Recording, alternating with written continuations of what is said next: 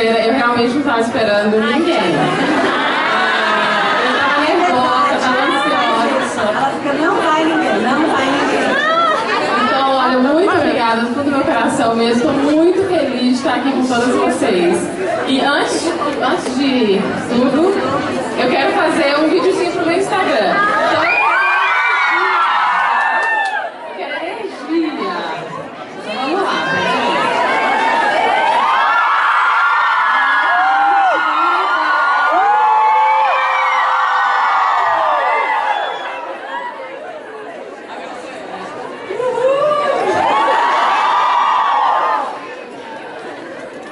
Gente, obrigado, sabe? E eu já super aderi aos meus looks. Demorou, você falou que não Demorei. Pode colocar.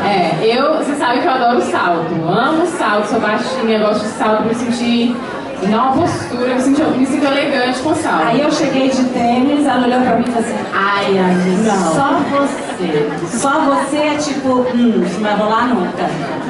Eu realmente não acreditei na tendência do tênis, do esporte em si, né? Porque Mas hoje eu acho tão cool, assim, é isso que a gente tava falando. Às vezes o estilo, a maneira da gente... sai uma tendência, você pensa assim, pelo amor de Deus, eu nunca vou usar, o que é isso? Aí você começa a ver, e quando você realmente experimenta, você prova, é ali que você vai saber, ok, eu vou usar. E moda é experimentar, é olhar coisas novas.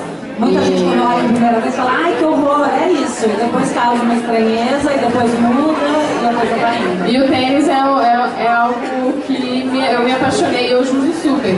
Isso aqui, esse tênis aqui eu achei lindo, eu usei muito, eu acompanhei a campanha de outono e inverno da Riachuelo lá na Califórnia, foi incrível. E eu usei esse tênis em quase todos os looks. Com vestido, com calça jeans. Ele é super década de 80. E pras baixinhas ele tem um salto meio escondido. Fica. Bem, obrigada.